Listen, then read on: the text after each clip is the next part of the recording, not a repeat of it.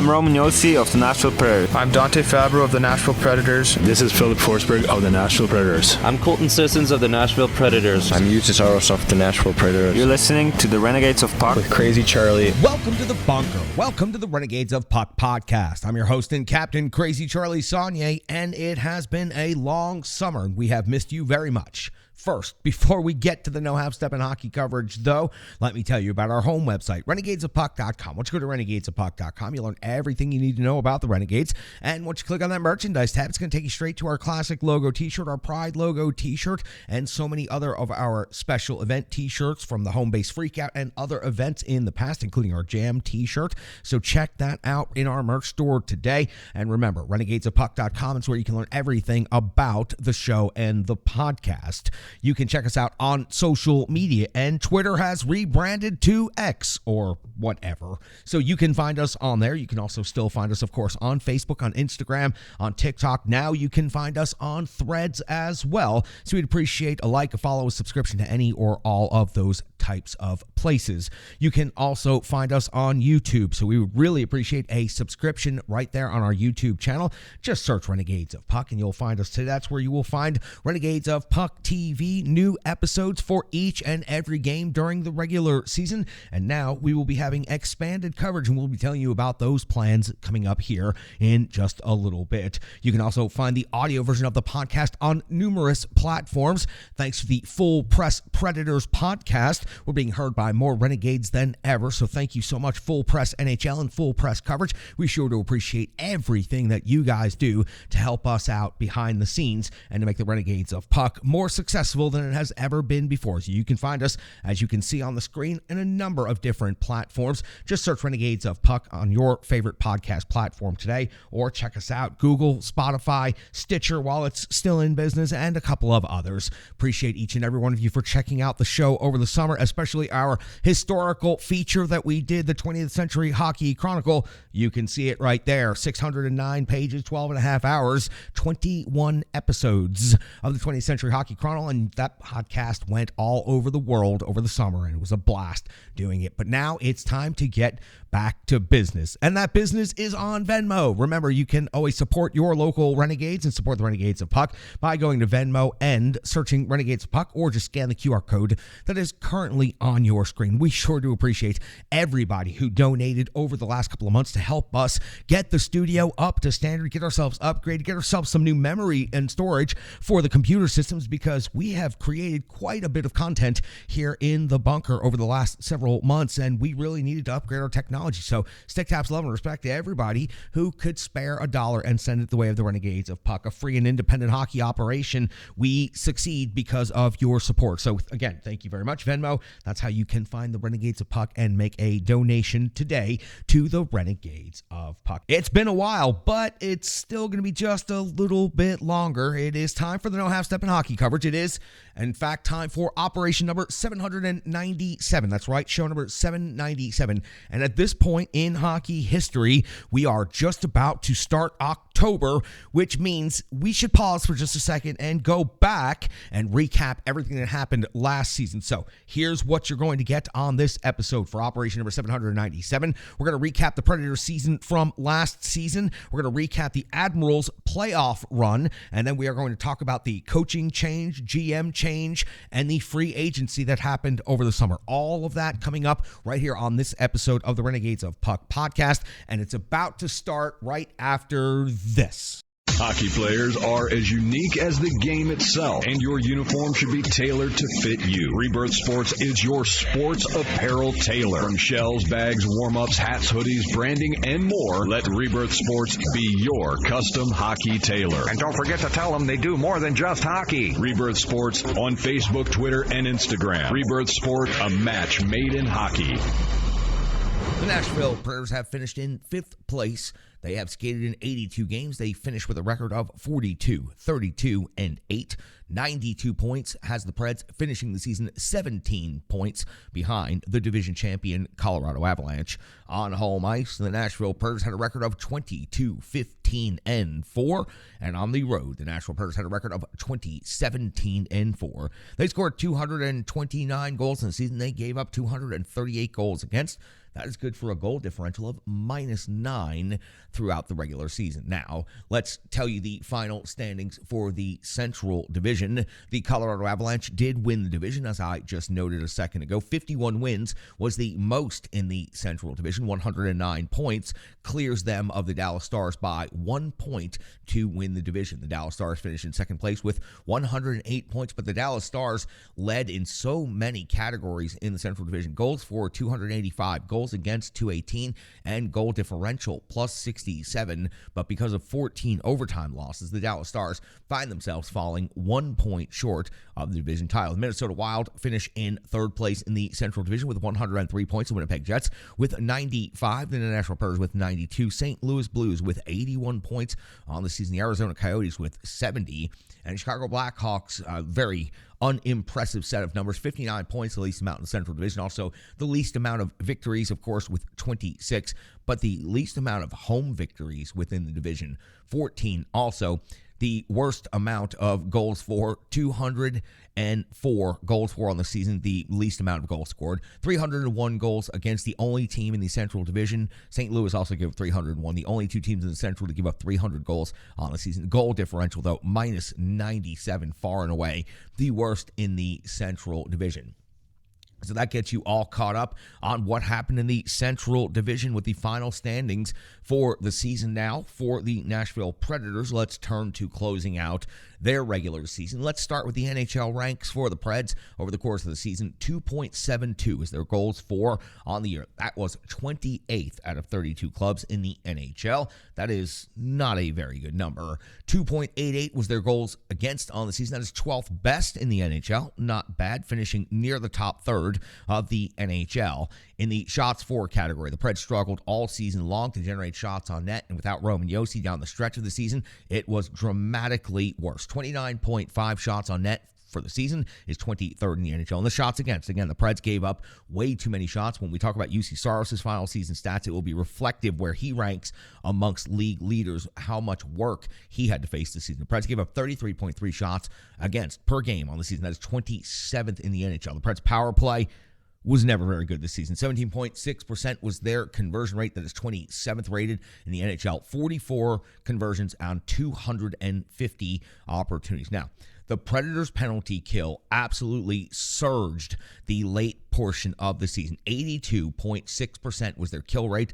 48 power play goals against on the season. The sixth best power play in the NHL this season. Not their best complete statistical metric in league rankings, but of the most important statistical metrics we talk about, sixth overall in PK. Highly impressive stuff by the Nashville Predators. Dropping down to the next tier of statistics for the Preds on the season, face-off winning percentage. Didn't talk about it nearly enough this season. Eighth best in the NHL, 52.2%. Ryan Johansson, when healthy, was near the tops in the league individually. Penalty minutes for the Nashville Predators, 791 on the season. That was 10th overall in the league. Minor penalties, 286. That was 12th. Major penalties, 29. That was 8th overall in the NHL. Now, here is the Nashville Predators' number one category that they led in the NHL in any statistics. They are the third highest rated team in the league in total hits for the season, 2,242. In block shots, Preds finished the season sixth overall in the NHL, 1,322 blocked shots. So that's where the Nashville Predators finished in the standings, and now where the Nashville Predators finished in the team rankings. Let's now spend a few minutes talking about the individual finishes to each season. We'll talk about the statistics for the team overall in points and goals and assists. Then we'll talk about some of the breakdowns on some of the other categories, and we'll close this segment with the goaltenders talk. The captain, Roman Josi, though he was unable to skate in the final games of the season, 18 goals and 41 assists for 59 points. 59 points leads the Nashville Predators this season, so this year the Predators cannot even get a 60-point scorer after so many massive record-breaking offensive seasons just a year ago. Those 41 assists would represent number one overall on the Nashville Predators in in assists. Matt Duchene, 22 goals, would represent the team lead for the season. He, of course, did not finish the season either due to injury. 22 goals and 34 assists for 56 points puts him in second place for the season. Tommy Novak finishes the season with 17 goals and 26 assists for 43 points in just 51 games skated, and Tommy Novak finishes third in scoring for the Nashville Predators this year. Tommy Novak is turning into a gem, and he is signed into the future at one of the most affordable contracts at 43 points in 51 games, can probably get a team. Philip Forsberg, 19 goals and 23 assists for 42 points, of course, was injured for quite some time here at the end of the season. Mikhail Granlund traded to Pittsburgh, 9 goals, 27 assists for 36 points. That's what he was able to do with the Nashville Predators. Glass, 14 goals, 21 assists for 35 points. Sissons, 12 and 18 for 30. Nino Niederreiter traded to Winnipeg, 18 and 10 for 28 points on the season, so still able to put up 18 goals and finishes tied for third on the Nashville Predators in goals scored this season. Ryan Johansson missed much of the end of the season due to injury. 12 goals and 16 assists for 28 points, was stellar in the face-off circle all season long. Parson gets his first taste and opportunity at the NHL, puts up 6 goals and 19 assists for 25 points. Injury slowed him down at the end of the season, but he put up a highlight reel goal that is maybe an all-timer for the franchise, and now he will get every opportunity to go back to Milwaukee and participate in the AHL playoffs. Trennan finishes the year rather depressed when it comes to the offensive statistics. Only 12 goals and 12 assists for 24 points, but good to see Trennan maintaining the jam and playing hard each and every night. McDonough, 2 and 18 for 20 points, and he really, truly is one of the best acquisitions this Nashville Predators team has possibly ever had. Philip Tomasino at 5 and 13 for 18. Ekholm traded to Edmonton, but still put up 5 and 13 for 18 for the Preds. Cole Smith, 4 goals, 13 assists for 17. Luke Evangelista, 7 goals and 8 assists for 15 points in his first taste with the NHL, and 5 and 9 for 14 points was Tanner Jeannot before he got traded to Tampa Bay. Sherwood finishes the season with 7 goals and 6 assists for 13 points. Jankowski, 7 goals, 3 of those shorthanded, 5 assists for 12 points. And I added Luzon as the 20th and final scorer on this list as 3 goals, 9 assists for 12 points. That takes care of the individual statistics by goals, assists, and points for the Nashville Predators to wrap up the season. But a couple categories I wanted to branch out on and highlight. Penalty minutes for the season. Tanner Jeannot, even though traded to Tampa Bay and spent about a third of the season in Tampa Bay, 85 penalty minutes led the Nashville Predators in the season. That was Tanner Jeannot. Luzon second on team with 66. Cole Smith with 60. Dante Fabro 50. And Yakov Trenin with 47. Now, this is a category that I particularly enjoyed looking up because I knew, based on the number of hits Luzon was piling up game in and game out, that he had to be really high up there for the season. 250 hits on the regular season. That led the Nashville Predators and was far and away. Tanner Jeannot at 213, Cole Smith at 198, Trennan at 167, and Sissons at 164. But a healthy Luzon next year could be near one of the league leaders in total hits. Block shots, Ryan McDonough, again, just the most fantastic addition to this Nashville Predators franchise in every way. Led the team in block shots at the end of the season with 165. The captain, Roman Josi, with 148. Dante Fabro with 129. And no shocker here, time on ice for the season. Roman Josi, 25-10 per game. Ekholm ended up being second on the team at 21-44, and McDonough 21-32. Of course, no surprise that it's all populated by defensemen when it comes to time on ice for the season. But Roman Josi is truly just a stellar player, and the Nashville Predators, without him down the stretch, fell just shy of making it into the playoffs. With his leadership, with his offensive capabilities and his skill sets, who knows what the Nashville Predators could have accomplished with the way this young group and core had played the stretch of the season out. UC Saros finishes the season with a record of 33, 23, and 7. He has 7th best in the league in wins with 33. His 919 save percentage is 5th best in the NHL at the end of the season. 2.69 goals against average, 1,928 saves is first overall in the NHL. 2,099 shots against is first in the NHL, and 3,809 minutes and 59 seconds is also first in the NHL.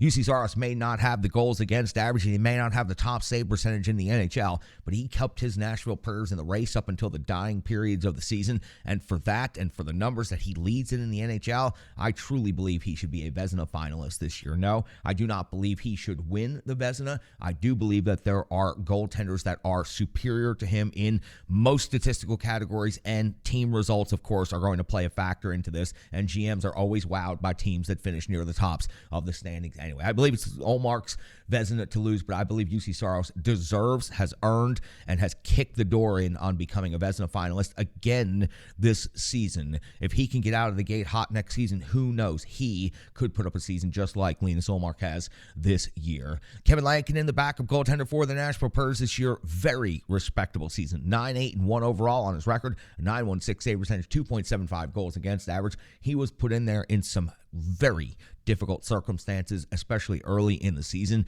represented himself well, and came away with some really big-time performance. As a goaltender tandem, Saros-Lankinen, very good going into next season. With Askarov coming along in the pipeline in Milwaukee, the Nashville Predators are definitely set up and stacked nicely in net. That's got you caught up on the Central Division final standings, where the Nashville Predators finished in the rankings amongst the league, the individual statistics, and all the different categories, plus the goaltenders.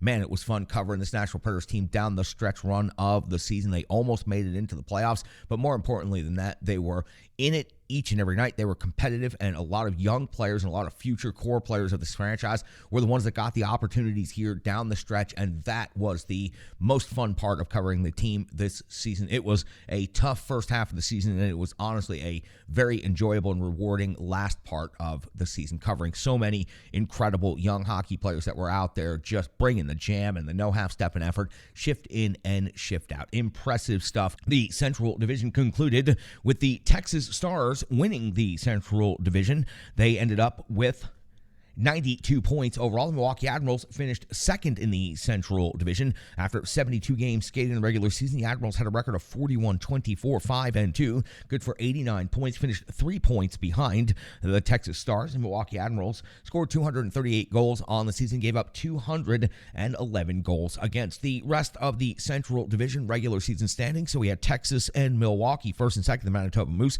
finished in third place with 84 points. The Iowa Wild, 79 points in fourth place. The Rockford Ice Hogs in fifth place. The Chicago Wolves in sixth. And the Grand Rapids Griffins finished in seventh place in the Central Division. And it was Texas, Milwaukee, Manitoba, Iowa, and Rockford all qualifying for the Calder Cup playoffs. Now, for the Milwaukee Admirals in the regular season, the goals for 3.31 per game was sixth best overall in the AHL, while goals against at 2.93 was eighth best in the AHL. The shots for category 30 was 17th best in the league. In shots against, 31.1 is 23rd overall in the American Hockey League for the regular season. Now, on the special teams, Milwaukee Admirals had a very impressive regular season. Their power play converted at 29.6%, which was best overall in the AHL. 56 out of 228 opportunities. The penalty kill finished third overall in the American Hockey League, 84.3% kill rate,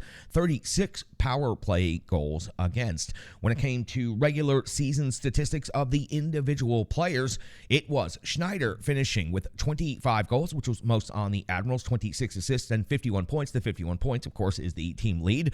Leonard finished with 17 goals and 27 assists for 44 points. Luke Evangelista, 9 goals and 32 assists on the season for 41 points. Those 32 assists represent the number one overall on the Admirals. Sherwood, 22 goals and 16 assists for 38 points. Gross, 10 and 28 for 38. Philip Tomasino, 12 goals and 20 assists for 32 points. And Mark Delgado, 3 goals, 28 assists for 31 points overall on the season. When it comes to in net, Yaroslav Skarov was 26, 16, and 5 with a 9.11 save percentage and a 2.69 goals against average. Now, one of the big storylines of the regular season for the Milwaukee Admirals was how many players the parent club, the Nashville Predators, needed to utilize and rely upon with the dismantling, the trades, and the numerous amounts of injuries at the NHL level. So returning at the end of the regular season, a number of these players had gained significant NHL experience. Luke Evangelista ended up playing in 24 goals. Mark Jankowski ended up playing in 50 games for the Nashville Predators. Michael McCarron in 32, Sanford 32 games, Sherwood 16, Phil Tomasino 31, and all of those players put up collective numbers of points. As a matter of fact, returning back to the Milwaukee Admirals at the end of the regular season for the Calder Cup playoffs, there was a combination of 30 goals and 35 assists for 65 points returning from the NHL and 193 games of experience. Luke Evangelista had 15 points at the NHL level. Mark Jankowski had 12. Michael McCarron had 4. Mark Sanford had 13. Sherwood had 3. And Tomasino had 18 points at the NHL level before returning to the Milwaukee Admirals and an opportunity to face off against the Manitoba Moose in the first round of the playoffs for the Milwaukee Admirals. We'll recap everything that happened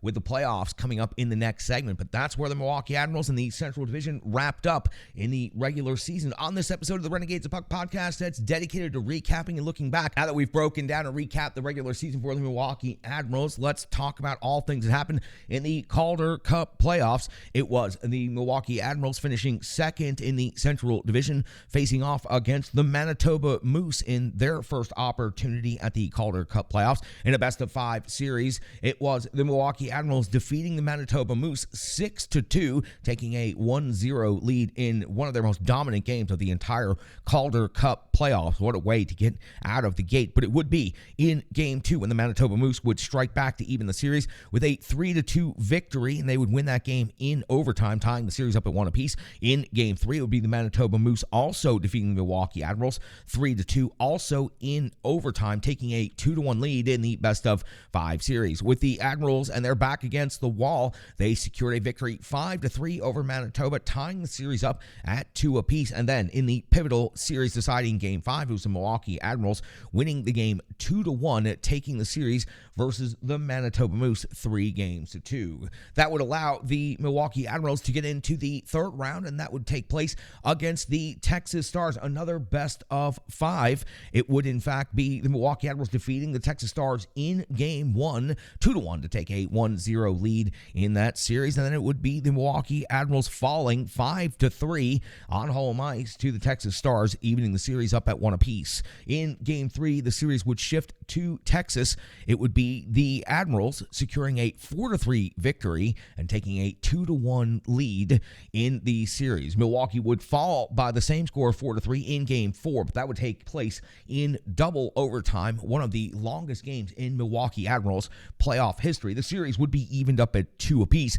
and for the second consecutive round, the Milwaukee Admirals would be facing a Game 5 do-or-die situation, and they would win this game 5-2, taking the series 3-2 over the Texas Stars. When it came to the Milwaukee Admirals would then move on to face off against the Coachella Valley Firebirds in the Western Conference Finals. Now a best-of-7 series, it would be the Milwaukee Admirals having to go off to Coachella for the first ever meeting between these two franchises, and what an odd circumstance to meet for the first time ever in a Game 1 best-of-7 Western Conference Final Series. It would be Coachella Valley with a raucous crowd in attendance for Game 1 and a wild offensive game, winning the game by a score of 6-4 and taking a 1-0 lead in the best-of-7 series over the Milwaukee Admirals. In Game 2, Coachella Valley would continue the offensive onslaught, winning the game 5-3, taking a 2-0 lead. There would be a change of scenery, and the change of venue would help the Milwaukee Admirals. Also, a change in net as Devin Cooley would take over for the Milwaukee Admirals in Game 3. The Admirals would secure that Game 3 victory by a score of 3-1, getting back in the series 2-1. In Game 4, the Admirals would secure another victory, 5-2, evening the series up at 2 apiece. But in Game 5. The Admirals seemed to have everything going in their way after the first 20 minutes, but it was the Coachella Valley Firebirds at the end of 60 minutes getting the 2-1 victory, taking the 3-2 lead in the best-of-7 series and heading back home for Game 6. And in Game 6, it would be Coachella winning 4-3, eliminating the Milwaukee Admirals, outscoring them by a combined score of 20-18 in the series and eliminating the Milwaukee Admirals in 6 games. One heck of a run for the Milwaukee Admirals. They made it all the way to the Game 6 of the conference finals. The Coachella Valley Firebirds are now facing off against the Hershey Bears in the Calder Cup best-of-7 final series, but the Milwaukee Admirals season has come to its conclusion. I gave you the individual statistics for the Admirals in the regular season, so let me update you on the Admirals stats at the end of the playoffs. We saw continued success from Luke Evangelista, who had 4 goals and 11 assists in the playoffs for 15 total points. Mark Del Gaizo, 4 goals and 8 points for 12 assists. Afanasiev, 5 goals and 6 assists for 11 points in the playoffs. Sherwood, 4 and 7 for 11. Gross, 2 and 9 for 11. Joachim Kemmel really emerged on the scene as a significant offensive threat. 8 goals that led the Admirals in the playoffs, plus 2 assists for 10 points. Phil Tomasino, 2 and 7 for 9. Willsby, 2 goals and 6 assists for 8 points. Jankowski, 1 goal and 7 assists for 8 points. And McCarron had 4 goals and 3 assists for 7 points. Sanford also had 7 points in net in the playoffs. Devin Cooley ended up playing the final 4 games for the Milwaukee Admirals in the conference final. He put up a record of 2-2, a save percentage of .916, a goals against of 2.29, and he stopped 98 out of 107, which means he had 9 goals against. Yaroslav Skarov ended up with a record of 6-6 in his first opportunity at the Calder Cup playoffs as a starter. .903 save percentage, 2.70 goals against average. He faced 349 shots on goal. He stopped 315 of those. He gave up 34 goals against in the Calder Cup playoffs. Had to be replaced in the conference finals because of some loose play and some soft goals. He is a rookie netminder, and we'll talk more about that here in a moment. But that has you caught up on the factual recap of what happened with the Milwaukee Admirals regular season, plus all of the final season rankings and statistics, and the Calder Cup playoffs, the results, and plus the statistics and their final rankings. For the Milwaukee Admirals, one hell of a season, one hell of a run for Carl Taylor and the boys. Hello, hello, hello. I'm Tracy, owner-operator of Strong Style Fitness. And that's me and my training assistant, Rizzo. And we are here to bring you fitness that meets you where you are by offering circuit classes, bar-inspired classes, Tabata workouts, boot camps, guided stretching, and more, all taught by a certified personal trainer, me.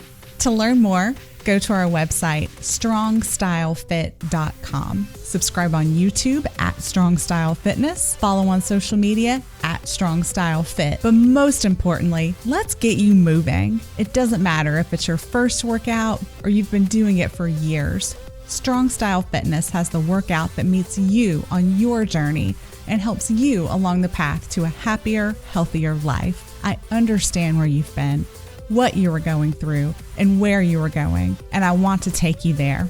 We'll see you on the mat. Mwah. Now, since that season recap has occurred, a lot of things have happened. John Hines has been fired by the Nashville Predators and is no longer the head coach of the Nashville Predators. Was he left twisting in the breeze from the end of the season until late May? Well, you may think that. 6+ weeks is a long time to keep a guy on the job when you know you have no future plans for him. At this point in time, John Hines is still unemployed, and I do think the Predators could have relieved him of his responsibilities right at the end of the season, allowing him to get in the coaching recycle bin just a little bit quicker than he was able to do. It looks like John Hines probably going to end up sitting out, well, at least until he gets recycled mid-season by an Eastern Conference team. It was rumored that he might be involved in the New York Rangers job, but former Predators head coach Peter Laviolette actually took that job. Now, with John Hines moving out from behind the bench for the Nashville Predators, we had made the case for Carl Taylor, the head coach of the Milwaukee Admirals. He interviewed during the conference final for the AHL when Milwaukee was taking on the Coachella Valley Firebirds.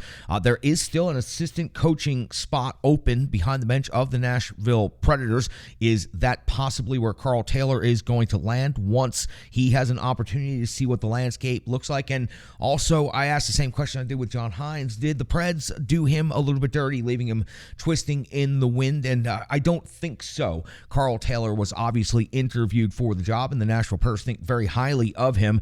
The Milwaukee Admirals would benefit tremendously from still having Carl Taylor on the job next season if he is willing to remain in that job. And the Nashville Predators do have an assistant coaching job open here at the NHL level. But for Carl Taylor, he easily could have become the head coach of the Nashville Predators. At this point, there are no further jobs available at the NHL level, except for possibly some assistant and associate coach jobs. Carl Taylor has been rumored to be perhaps being talked about in a couple of those situations. But Carl Taylor at this point is still exactly where he was last time we talked, and the Nashville Predators did hire that brand new coach, and it was Andrew Brunette. He played for the Predators, of course, their inaugural team in 1998-99, scored the first goal in franchise history for the Nashville Predators, skated in 77 games, scored 11 goals and 20 assists for 31 points, also had 26 penalty minutes. He was a bit of a journeyman in the NHL.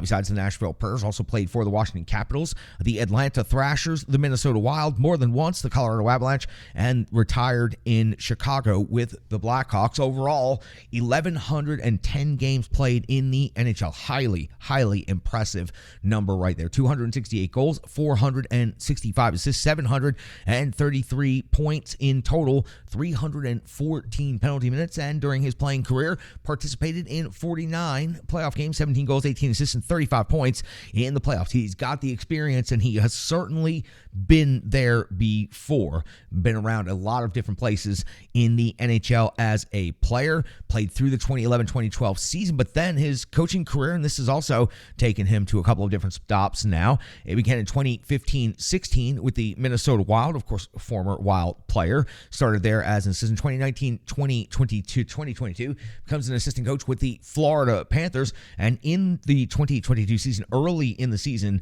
he was named the interim head coach of the Florida Panthers when Joel Quenneville had to be removed from coaching responsibilities.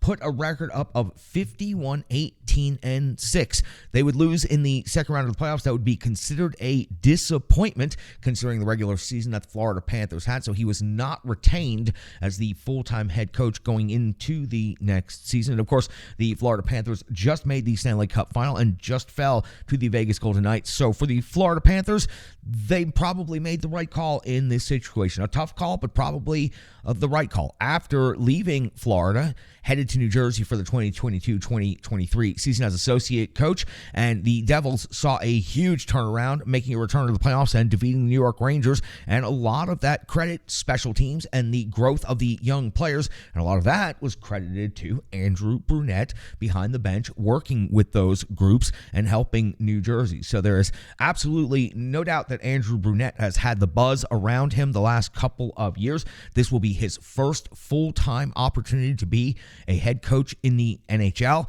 and he's got a reputation for special teams coaching. And you look at the improvement in New Jersey, the style of play, enthusiastic, entertaining, and fun to play. That's a quote from Andrew Brunette about how he wants his Nashville Predators squad to play. And I think we can all support and get behind the concepts and the phrases of playing enthusiastic, entertaining, and fun hockey out there. How they execute that now is what we will learn firsthand going into the first season under Andrew Brunette. How will that help Forsberg and Yossi? Those two players are top-level skill at the NHL level, and there is no doubt Roman Yossi is going to thrive in this type of environment. Philip Forsberg, I think, could take the biggest leap. Already a 40-goal scorer in his career. I cannot wait to see what Philip Forsberg does under this particular kind of coaching philosophy and coaching style. And the amount of youth that we saw infused into the lineup, from Tommy Novak down to Luke Evangelista and Afanasiev and beyond. We saw so many good, talented young players getting the opportunity with the Nashville Predators this year, and they are going to have their opportunity to make the team coming out of training camp. Andrew Brunette, first-time GM Barry Trotz, all going to have a fresh look at a roster that's going to be dramatically different than what the Nashville Predators went into last season with. So I do think that some of the veterans with the high-end upside offensive skill are going to benefit from this coaching hire, and perhaps some of the veterans, Johansson and Duchesne, are going to get a little bit of boost as well, especially when we see how the line combinations start to shape up coming out of training camp going into preseason. There's so much with this Nashville Predators team that is interesting and intriguing going into this next season. There's going to be growing pains. There's no doubt about that, but it is highly, highly intriguing to see where they are going at this point in time. And that brings us to Barry Trotz. Barry Trotz, first-time GM. This is his first coaching hire, giving Andrew Brunette, a player that played for Barry Trotz,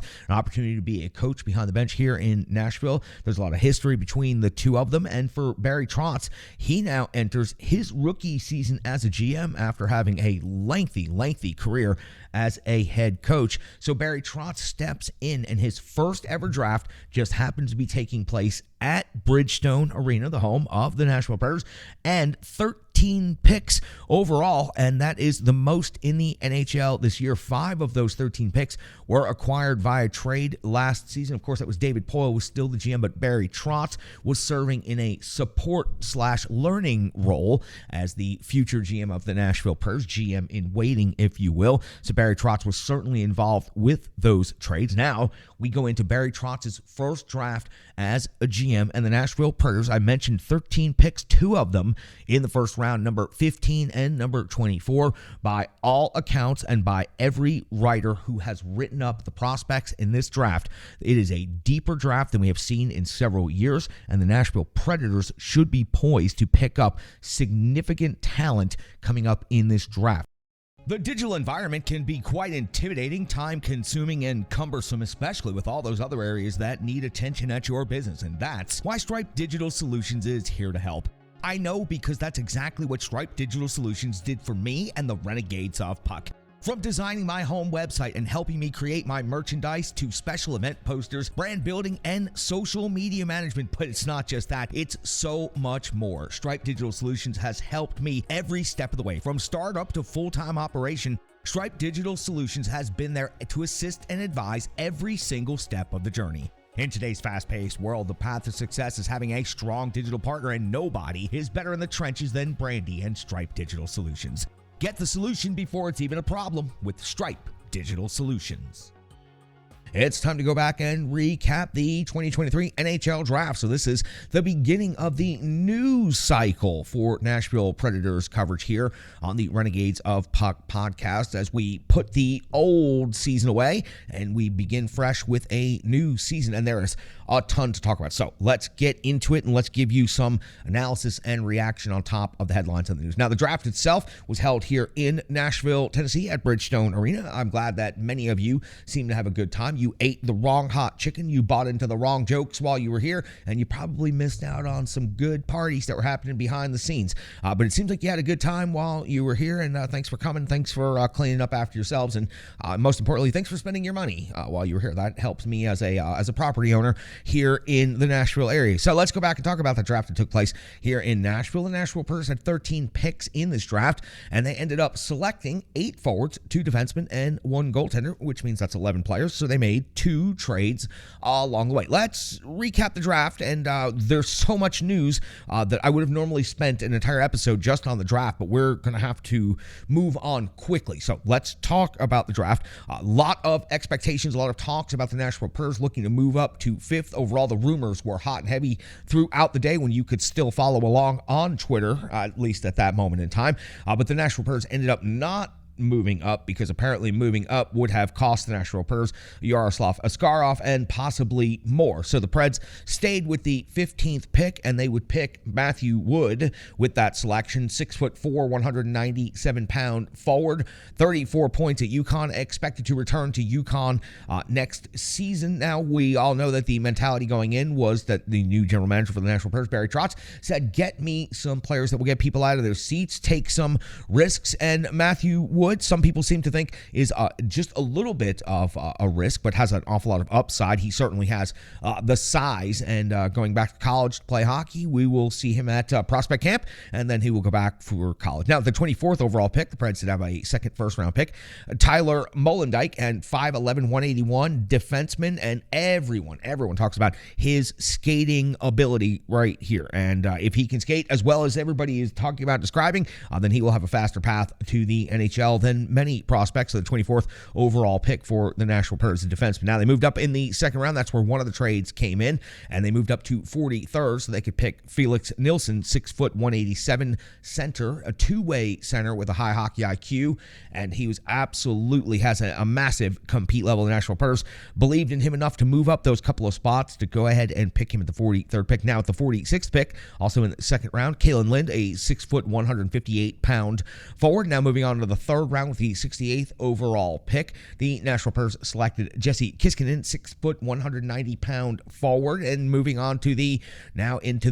also in the third round, the 83rd overall pick, Dylan McKinnon, 6 foot 290 pound defenseman from Halifax. Of course, the Nashville Predators have a lot of experience watching Halifax over the last couple of seasons because of significant prospects that they have in that organization. In the fourth round, the 111th pick, Joey Willis, 5'10", 170 forward, 44 points in the OHL this year for Saginaw Saints. With the 121st pick, it was Juha Jukkola, 6'1", 176 pound goalie, and it was he was a fast-rising prospect. He's 2 to 3 years from being in Milwaukee, so the Nashville Predators do pick up a goaltender in this draft. In the fifth round, the 143rd overall pick, Sutter Mazzotti, 6'5", 210 pounds, and you can't teach that, meaning the 6'5", and the size is what everybody notices with this player and this prospect right away, but a late bloomer. This is one of those players that the Nashville Predators were willing to take a risk on. I think that the size is going to be what wows a lot of people, and if he can put the skill together with that as he moves up through the system, then he could be one day an impressive prospect. In the sixth round, the 175th overall pick, Austin Roost, 5'10", 175 pound forward. In the seventh round, the 218th overall pick, traded with New Jersey, David Poyle's final deal in the NHL as a GM. And of course, it happened with Fitzgerald over in New Jersey. He was the first Nashville Predators ever captain, of course, under Barry Trotz. Aiden Fink ends up being the player, an offensive player with a lot of upside, a project for the future. But that would do it for the draft, and that would wrap things up for David Poyle's last draft with the Nashville Predators / Barry Trotz's first draft as the Nashville Predators GM and a rookie GM. Looking at the overall class, there is nothing out of the picks that's going to come in and help anywhere in the organization immediately. Matthew Wood, you would hope, is going to be in Milwaukee in a year from now. After returning back to UConn, he should be ready to come to the AHL after that season. So for the Nashville Predators, not really sure what to make of this draft. The draft grades seem to be around B. If you take the averages of the different analysts around social media, seem to be around a B grade so far for the Nashville Predators. So we'll have to see how all of these prospects turn up. But again, 8 forwards, 2 defensemen, 1 goaltender, and 2 trades made at the draft here in Nashville by the Nashville Predators. Barry Trotz then wooed everybody afterwards with a good press conference, and he said the draft was exciting, but don't count on much happening with free agency starting immediately in the next couple of days, and things will be all quiet because after all, it wasn't that impressive of a free agent class. We're going to talk about that next. That's the reason we have to have more than one episode dedicated to the amount of information coming out of the Nashville Predators right now, and that's what we're doing right here. Get back in 30 seconds with the Renegades of Puck podcast. Hockey players are as unique as the game itself, and your uniform should be tailored to fit you. Rebirth Sports is your sports apparel tailor. From shells, bags, warm-ups, hats, hoodies, branding, and more, let Rebirth Sports be your custom hockey tailor. And don't forget to tell them they do more than just hockey. Rebirth Sports on Facebook, Twitter, and Instagram. Rebirth Sport, a match made in hockey. Now, the day after the draft, expecting everything to be quiet, that's not what happened here in Nashville. The Nashville, Barry Trotz, under Barry Trotz as the brand new GM, Nashville has been a story of chaos almost every day. We talked last week about the Brian Johansson trade, and we talked about all the things that were going on leading up to the draft and all of the chaos. And now, right after the draft, Matt Duchene is bought out with 3 years remaining on his contract. That's going to lead to $8.8 million million in dead cap space for this Nashville Predators team. And listen to the four names that are going to be collecting money to not play for the Nashville Predators: Ryan Johansson, Matthias Ekholm, Kyle Turris, and now Matt Duchene. How that money works out over the years, let me just go ahead and break that down to you. And this is just going to be a lot of numbers right here, but let me throw it at you so that you can get your mind around it. In 23-24, so this next season, Matt Duchene will be paid $2.56 million to not play for the Nashville Predators. The season after that, 24-25, Matt Duchene will be paid $5.56 million to not play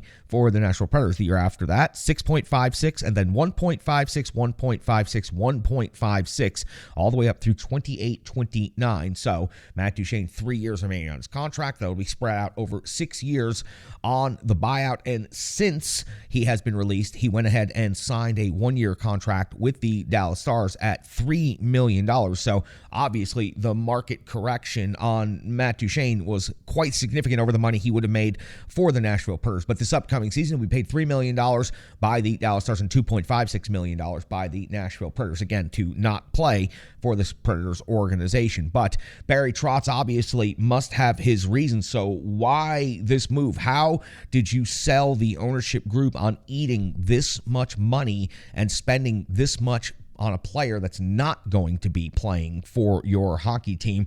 And I think that Barry Trotz's quotes afterwards in free agency, when signing the free agents we're about to talk about, may have a lot to do with it. We kind of got on our radar when Barry Trotz said that he was not going to trade UC Saros, and that Saros, Forsberg, and Yossi are the kind of players that you build around. Now, this was obviously just after the Johansson trade, and Matt Duchene's name did not come up in the "this is the group of players you build around." Immediately, I had a feeling that was going to be the end for Matt Duchene. Thought maybe there was a trade, and perhaps the Nashville Predators did attempt to trade him at the draft, but buying him out immediately after the draft and eating this much money moving forward over the next 6 years just to remove Matt Duchene from the locker room and from the Nashville Predators, must have been a very big sell. And Barry Trotz's quote with the free agents that he signed is he doesn't want players to come here to retire. He wants players to come here and win. Perhaps that's all we need to know about how Barry Trotz felt about Ryan Johansson and also Matt Duchene, that this isn't a retirement home. This is a place to come and win. So Matt Duchene is no longer a part of the Nashville Predators. Ryan Johansson, no longer a part of the Nashville Predators. And this team is a dramatically different. So Barry Trotz supposedly executes this move and the Johansson trade as part of a rebuilding the culture in the room and on the ice. Now, it's going to be a very young team, and you have to realize the expectations now for potential playoffs and anything else are certainly diminished. But the Nashville Predators, though they just removed Johansson and Duchene from the roster, did go on and make some moves. Just to close out, Duchene, 249 games with the Nashville Predators, 197 points, 43 goals, the all-time franchise leader in a single season, 21-22. And then again, signed that 1-year deal with Dallas. Now, a long chapter. Turris and Duchene is now finally closed. Well, it'll still be on the books for 6 more years, but it is finally closed. And this is Barry Trotz undoing what myself and many people think was David Poile's perhaps largest mistake here as the Nashville Predators general manager. The 3-way trade to get Kyle Turris when the Nashville Predators really wanted Matt Duchene just seemed to screw this organization up for years. First of all, Sam Girard was a great defensive prospect that was completely lost in that trade to Colorado. The Nashville Predators would have been much better off hanging on to him, but the Nashville Predators end up getting Kyle Turris and then later on end up getting Matt Duchene, making it a redundancy and making the relationship here under Peter Laviolette and with David Poile still as the GM a complexity that none of us have truly ever had explained to us or can understand. But what we know is Kyle Turris was a broken hockey player shortly after that and had to be bought out. And now Matt Duchene has also had to be bought out. So a long chapter that certainly did not help the Nashville Predators in the long run. The Turris trade and the Duchene acquisition did not help this team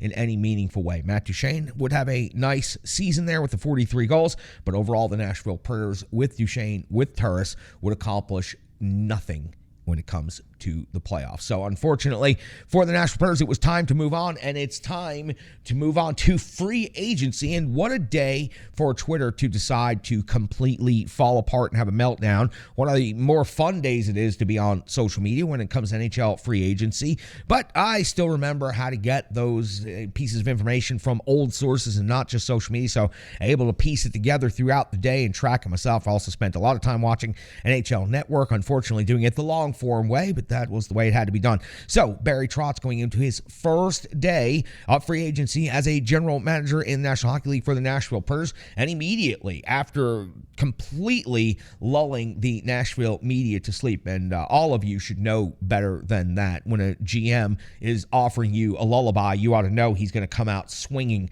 at 12:01 when the free agency starts. Luke Schenn was the first signing by the Nashville Predators. It's a 3-year deal, $8.25 million. He's a 33-year-old defenseman, 6'2", 225 pounds. And Barry Trotz's quote about the player, who's played 933 games in his career and has 764 penalty minutes, is that the captain, Roman Josi, takes too many hits and teams take too many liberties with Roman Josi, so that Schenn would now be out there to help with that. So that perhaps gives us the anticipatory move of saying that Josi and Schenn are perhaps going to be a defensive pairing going into this season. It sure sounded like it by the reasoning for Barry Trotz making the sign. Now, Ryan O'Reilly then was signed to a 4-year, $4.5 million per season. Now, that's a decent amount of money. 991 games played in his career, 256 goals, 446 assists, 702 points, face-off winning percentage of 55.8%. No matter where he has played, I have always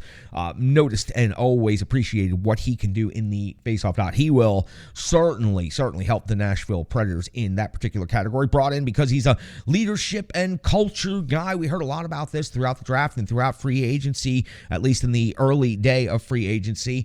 So for the Nashville Predators, moving on from Duchesne and adding O'Reilly. So next year, Duchesne will make $2.56 to not play. O'Reilly will make $4.5 to play for the team. So you're still spending about the same amount of money. So again, just to emphasize how much Barry Trotz must have wanted Duchesne out of Nashville. So Ryan O'Reilly, Luke Schenn were the first two signings. And then pretty quickly after that, we would find out about forward Gustav Nyquist being signed for a 2-year, $6.27 million total contract, 703 games, played 428 points in his career. There's no way really of telling where he's going to fit in the lineup at this moment, but with the amount of youth, the amount of inexperience, you've got to think that Nyquist is going to have a chance to compete for perhaps a top 6 winger spot, at least coming out of camp for the first part of the season until he can be displaced. Now that displacement could happen as soon as training camp, or it could happen down the road throughout the season, but we'll find out. But Nyquist, obviously another experienced player, another 30-plus-year-old being brought in. And that wasn't it for Barry Trotz. Barry Trotz also took care of some in-house business, re-signing Cody Glass, 2 years, $2.5 million per season. That is a impressive and important signing right there. Glass is really starting to blossom right now, and he's really putting it all together. And I would have hated to see him leave at this point in his development, because I think over this next 2 years, he's going to put it together to the point where he is going to earn a massive, he's already earned a massive pay raise in this contract, but I think the next contract 2 years from now, he's really going to get another big deal. And Alex Carrier is somebody who's obviously betting on that as well. 1 year, $2.5 million. He resigns with the Nashville Predators. You know how I feel about Alex Carrier. If you watch the show or listen to the show for any length of time, I think Alex Carrier is a fantastic young defenseman in the Nashville Predators organization and is only getting better and is going to continue getting better, but it didn't stop there. Anthony Angelo also re-signed a 2-way deal, mostly going to be anticipated to be in Milwaukee. Really helped the Admirals this year in their run to the conference final of the Calder Cup playoffs against Coachella Valley. And Troy Grosnick, as a goaltender, has signed a 1-year deal, and he will be with the Milwaukee Admirals. So it looks like Troy Grosnick is back with the organization and will also be backing up Yaroslav Askarov. And we know that because now Devin Cooley, who backed up Askarov last season, and who Devin Cooley's been with the Milwaukee Admirals a couple of seasons now, has been a really good, solid player for the Admirals. He is now signed with Buffalo, and so therefore a goalie free agent was needed. Troy Grosnick will fill that role. It does appear, unless the Admirals go out and sign another goaltender. All right, that is going to wrap up what happened in the first day of free agency. Just an absolutely incredibly busy time here for the Nashville Predators. From the draft to buyouts and trades straight to free agency, we've got it all covered right here on the Renegades of Puck podcast. We sure appreciate you checking out the show. We'll be back to wrap things up right after this. So much information all coming out at once. We probably could have done 2 full episodes, if not more, just on the information we've given you so far. We'll be back. We got a couple of house cleaning things to do, and we will close the book on last season because we've already started this season of coverage. So we'll be back here on the Renegades Puck podcast right after this.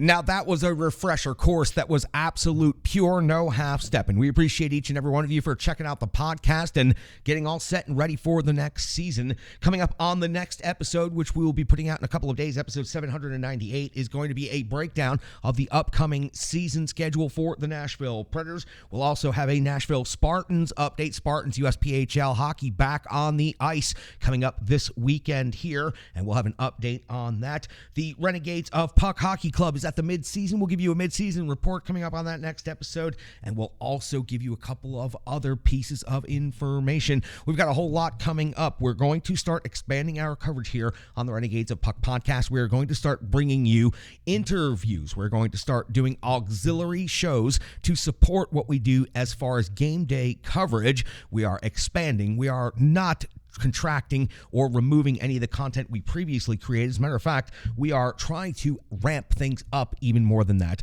We did over 100 shows in last season's cycle, and we are looking to do even more in this year's cycle. Appreciate each and every one of you for checking out the podcast. Stick, taps, love, and respect is what I like to say. We'll have a captain's update coming up, brand new content coming up, a whole lot of great stuff coming up. And our first interview show is going to be episode number 799, and that is going to feature the voice in-house of the Nashville Predators, the PA announcer, Paul McCann, one of my oldest friends in the hockey world. I appreciate him coming on very much. I'm very much looking forward to debuting a new format right here on the Renegades of Puck podcast. So we have so many things coming up. Again, stick, taps, love, and respect. Check out the website, check out the social media, check out the merch, and especially thanks to the Full Press coverage and Full Press NHL networks for making the Full Press Predators podcast and the Renegades of Puck a success by every measurable metrics. I'm your host and Captain Crazy Charlie Saunier. We'll be back in a couple of days.